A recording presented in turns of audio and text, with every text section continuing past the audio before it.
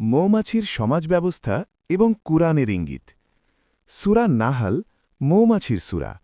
১৪০০ বছর আগে আল্লাহ বলেছিলেন মৌমাছিকে ওহী করা হয়, নির্দেশনা দেওয়া হয়। আধুনিক বিজ্ঞান আবিষ্কার করল কি বিস্ময়কর তথ্য! একটি মৌচাকে ৮০,০০০ মৌমাছি, সবার নির্দিষ্ট কাজ। কেউ পাহারাদার, কেউ পরিষ্কারক, কেউ মধু সংগ্রাহক। রানী মৌমাছি দিনে ১৫০০ ডিম পাড়ে। শ্রমিক মৌমাছিরা বাচ্চাদের দেখাশোনা করে, যারা তাদের নিজেদের সন্তানও নয়। তারা ষড়ভুজাকৃতির মৌচাক বানায়, যা সবচেয়ে মজবুত এবং কম মোম ব্যবহার করে। ১ কেজি মধু তৈরিতে মৌমাছিরা ৪০ লক্ষ ফুল থেকে রস সংগ্রহ করে।